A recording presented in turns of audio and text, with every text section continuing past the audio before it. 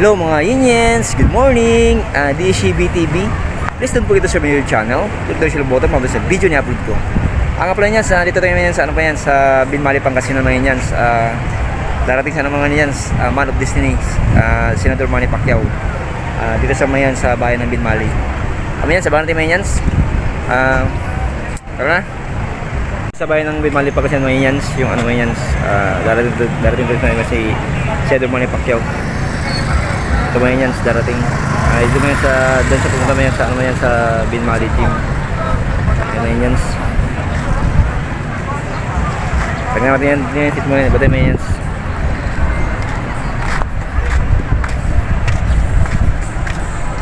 Mga Yiniens, mamaya mga Yiniens, papasok tayo mga Yiniens sa loob ng ano mga Yiniens, Binmali Evacuation Center. Kasi mamaya mga Yiniens, darating dyan si ano mga Yiniens, si Senator Manny Pacquiao. Mga Yiniens, mamaya Yiniens, abang natin mga Yiniens. Hello mga Yiniens, dito tayo ngayon sa harap ng ano mga Yiniens, harap ng Evacuation Center dito sa Binmali Pangasinan. Ngayon, papasok na mga Yiniens. Nagkaroon na Yiniens, nakatindas mo tayo doon mga Yiniens. Nagkaroon tayo doon, tapos yung vaccination card kailangan mga Yiniens para makapasok dito mga Yiniens. Requirements nila. Ito yung ano, yung Binmali Evacuation Center. Ngayon, sabahan din mga Yiniens si Senator Manny Pacquiao mga Yiniens. Hello.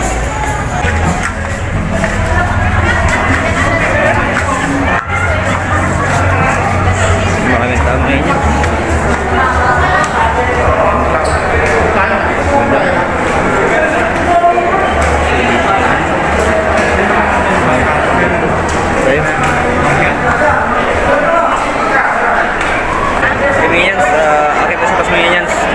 Doon kasi abang natin yung ano, yung mamaya pagdating ni ano ni Senator Manny Pacquiao. Mamaya sakit tayo Yiniens. Hindi marami na rin tao Yiniens kaya Yiniens. Yiniens, na.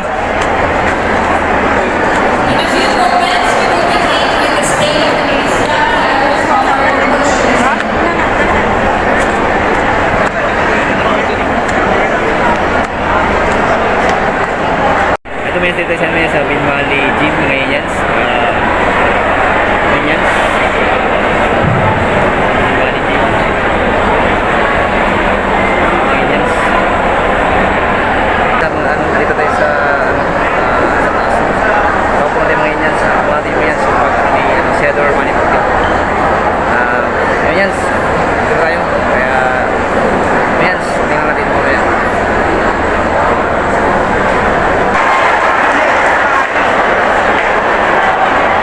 Sabihin sa naman si Senator Manny Pacquiao. Ayan may Yiniens, ayan Senator Manny Pacquiao. Ayan, si Senator Manny Pacquiao. Ayan may Yiniens.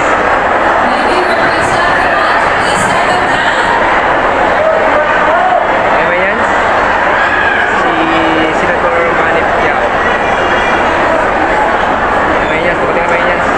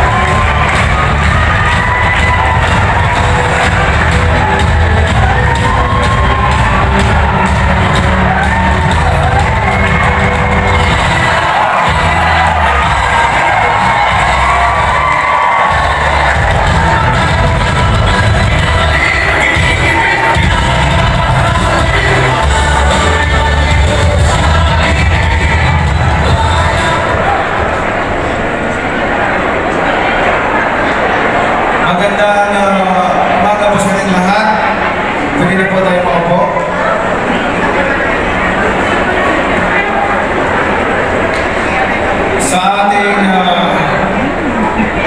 course, unang-unang magpasalamat tayo sa ating mahal na Panginoon na binigyan tayo ng magandang panahon at malusog na pangatawan at iniligtas tayo sa kapahamakan. Nais ko rin pasalamatan ng ating butihing mayor na masipag at mapagmahal sa tao. Kaya naman gusto ko siya na mayor dahil ang lagi niyang tinitingnan yung kapakanan ng bawat may hirap. Mayor Sammy Rosario. Happy birthday, Mayor. Mamaya, sa akin sinubas natin. Sa ating Vice Mayor Edgar Maminta,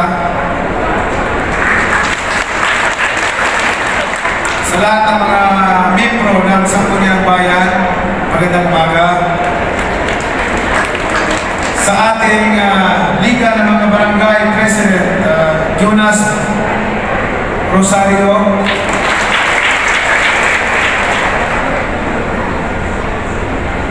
alam niyo na, Barangay Officials, Senior Citizen President, yun, kami pala dyan. Huwag po kayo mag-alala, pagdating ng panahon, libre hospital po kayo. Sa lahat ng ito ngayon, Binman School Head,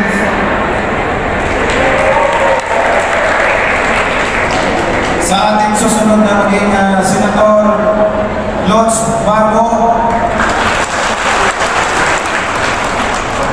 at siyempre sa ating may bahay, hindi pwedeng nakalimutan. Okay, sa likod po ako. Walang iba kundi si J.K. Amora Pacquiao. Sa aking mga supporters, lahat ng mga parating,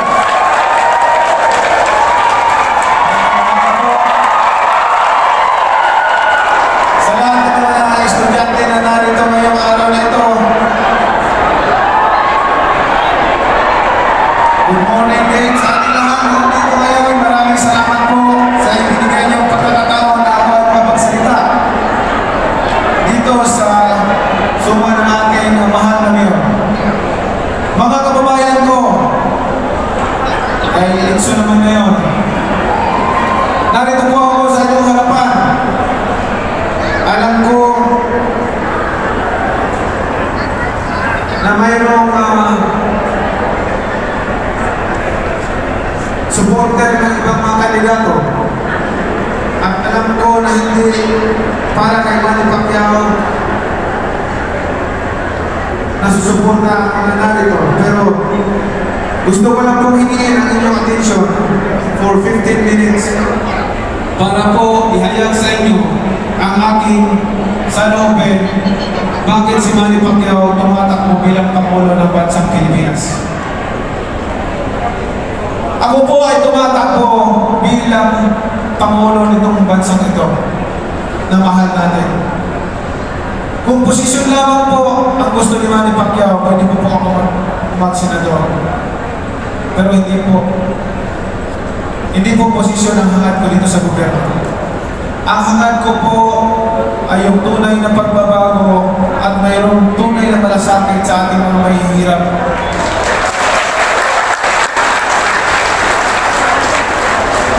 Tunay na nagmamahal sa ating bayan.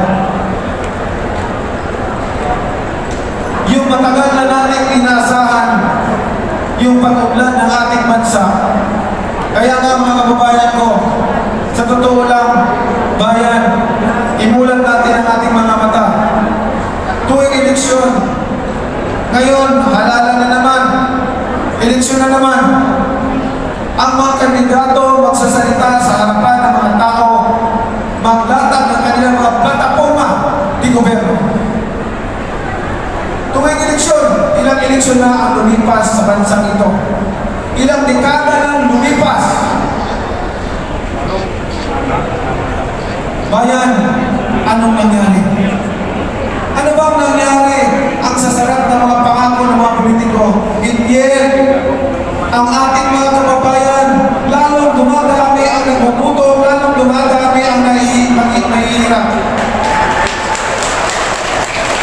Nasaan na yung mga pangako na magaganda tuwing eleksyon?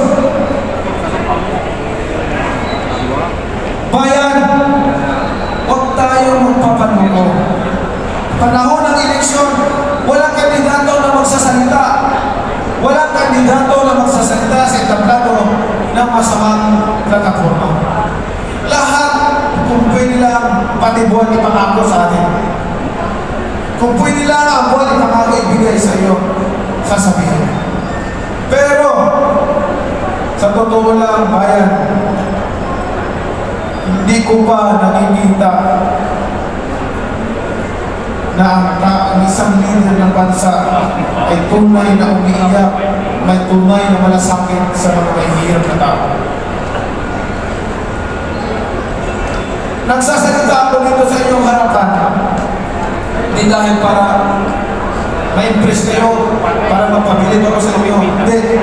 Nagsasalita ako dito sa inyong harapan, nakasama ng mga mahihirap na tao dahil nararamdaman ko ang nararamdaman ng paghihirap ng sabayang Pilipino.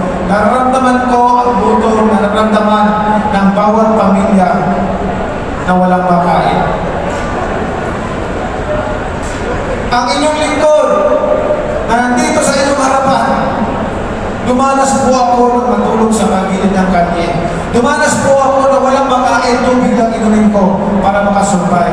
Yan po ang aking bangungot sa buhay na hindi ko makalimutan. Kahit ano kayamanan pa ang makamtan ko, ang puso ni Manny Pacquiao manatiling mahirap katulad ng mga mahirap pa. Kaya ito na yung pagkakataon. Ito na yung pagkakataon natin na ang bawat Pilipino na naghihirap na naghangad ng kapayapaan, tagumpay, kasaganahan sa pamumuhay. Ito na yun. Dahil wala po akong hangad. Wala po akong ibang hangad dito sa pagsiservisyo. Kundi matulungan ko, maiahon ko sa kahirapan ang bawat pamilya, mga kasama ko kung saan ako nanggaling. Alam niyo po, para malaman ninyo, bawat laban ko po, 50%, at least, minimum po 50% ng kita ko. Kung bilyon yan, kung ilang bilyon yan, 50% po niyan binibigay ko sa tao.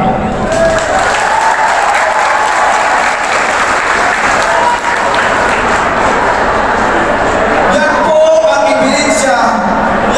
ebidensya ni Manny Pacquiao bago pa napasok sa politika, na hindi ako nagsasalita, na mangangako ako sa inyong harapan ngayon na hindi ko ginagawa.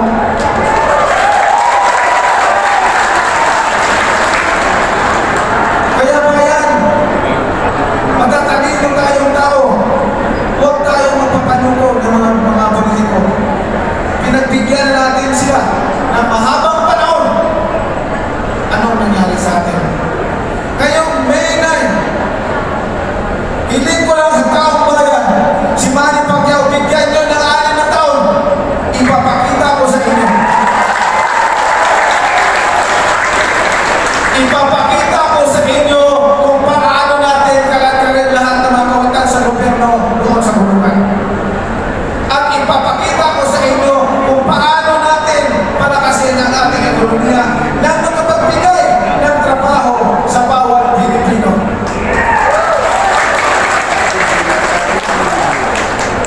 Yung sinasabi ko sa inyo, bahay, trabaho, libreng eskwela, ginagawa ko na po yan bago pa ako napasok sa politika. Kaya hindi po ako, pag nagsabi po ako sa inyo na libreng bahay, libreng hanap buhay, libreng eskwela, hindi po yan pagpupula kasi ginagawa ko na po yan sa sarili kong pera.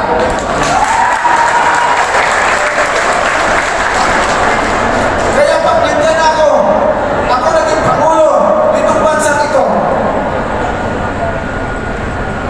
Mas marami akong magagawa at mabibigyan ng tahanan ng bawat pamilya. Kasi po, pagbibigyan ako ng Panginoon na ilagay dyan sa pwesto na yan. Kung ako ang Pangulo, sisikapin ko na walang pamilya sa ating bansa na walang sariling tahanan. Bibigyan ko ng libreng tahanan ang lahat ng mga pamilya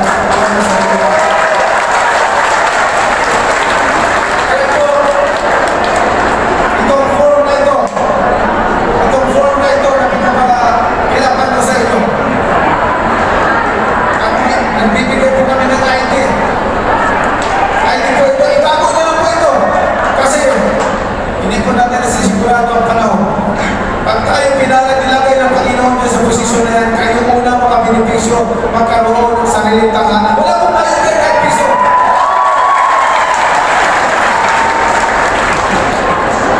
Hindi pwede yung libreng bahay tapos may monthly payment ka, may babayaran ka. Bakit yun?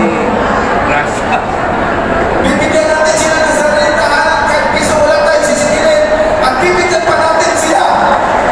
Bibigyan pa natin sila ng pangkapital panghanap buhay.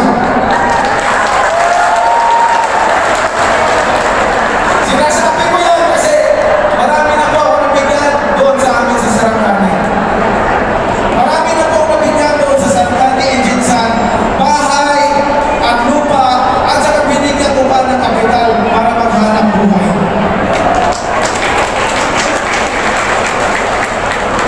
Kaya pagdating ng panahon, yan po ang ating plataforma ng gobyerno na maiahon sa kahirapan ng ating mga kasama kung saan ang tayo.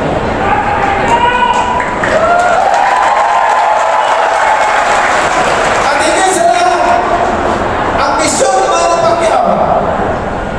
misyon ng Manny Pacquiao, hindi nyo pa nakikita ang mga kawatan dyan sa gobyerno na nagsama-sama sa kulungan na inihila na sa presidente papunta sa kulungan. Hindi nyo pa nakikita. Pero pagdating ng panahon, binigyan ako ng lakas ng Panginoon para ipakulong lahat ng mga kawatan dyan sa gobyerno. And then, lalagwan natin ang mga sa totoo lang, bayan, ang pinaka-problema ng bansa natin, kahit sino ekonomista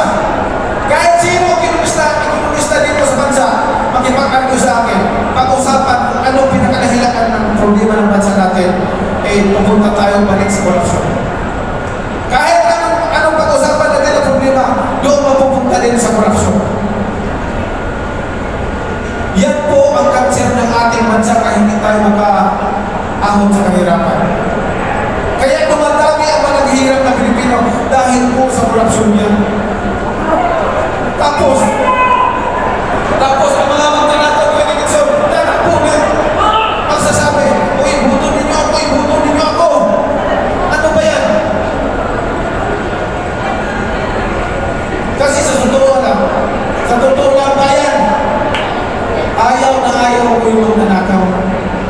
Ayaw ko yung magnanakaw dahil po, yan po ang kanser sa ating bansa.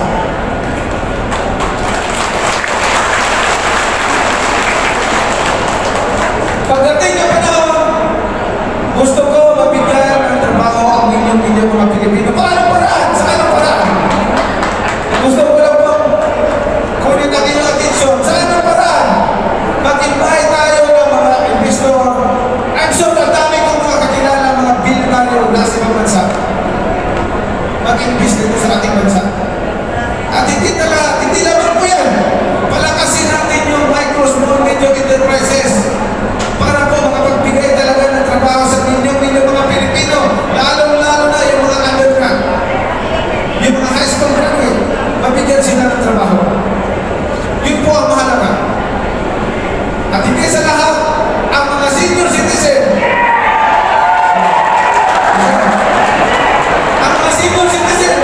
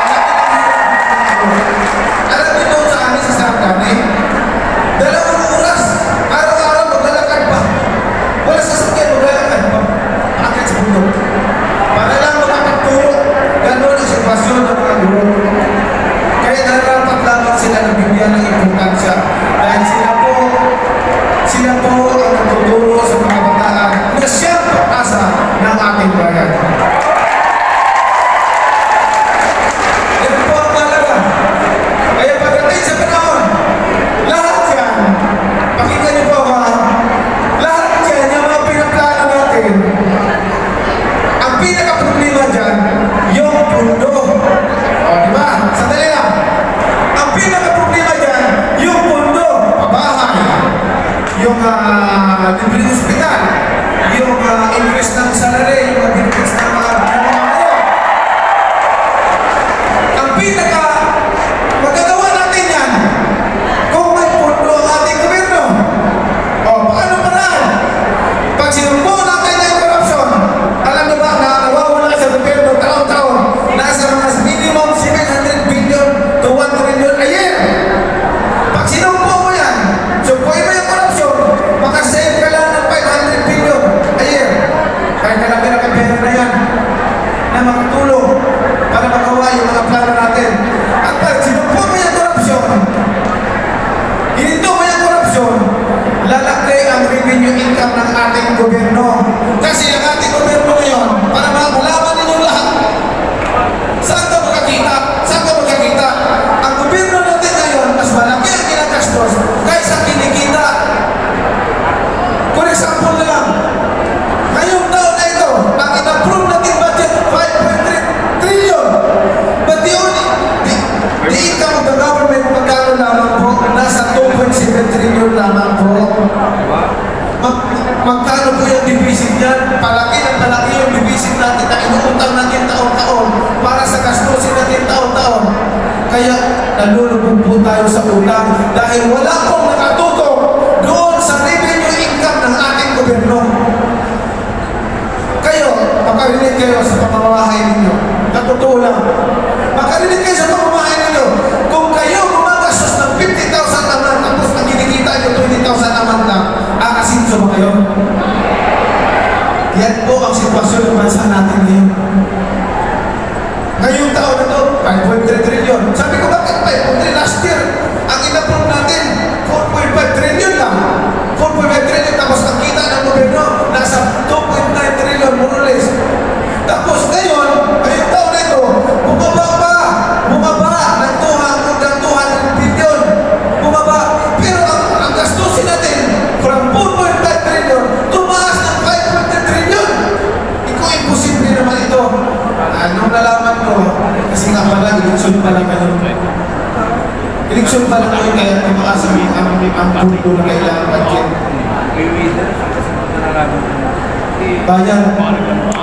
Bayan, pag ganito ang sitwasyon ng bansa natin, wala pong pag-asa ang mga kabataan, ang mga susunod na henerasyon. Ang mga naghihirap na tao na gusto umangat sa buhay, wala po silang pag-asa umangat sa buhay kung ganito ang sitwasyon natin. Wala akong intention dito sa pang-gobyerno na to. Hindi para lumaman ako, hindi para sumikat ako, hindi para magkaroon ako ng position of power. No. Hindi ko kailangan yan. Ang kailangan ko, ang relasyon ko sa Panginoon at kung ano yung magawa ko dito sa lupa. Kasi ang gusto ko magiging alaala ng taong bayan kay Manny Pacquiao. Pag tumanda at mawala na si Manny Pacquiao dito sa bayan, sa lupa, gusto ko sa lupugin ako ng Panginoon, well done, good and faithful servant, come enter into my paradise. Yun po ang gusto kong marinig.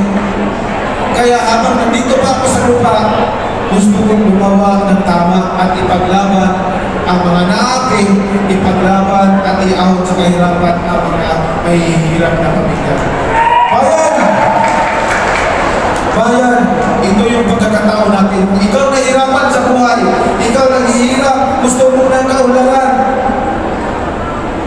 masaganang bansa, samahan niyo si Manny Pacquiao sa 6 na taon. Ipakita natin sa kanila na para bang lumipas sa bansang Pilipinas ang 30 taon. Maraming salamat po sa inyo lahat.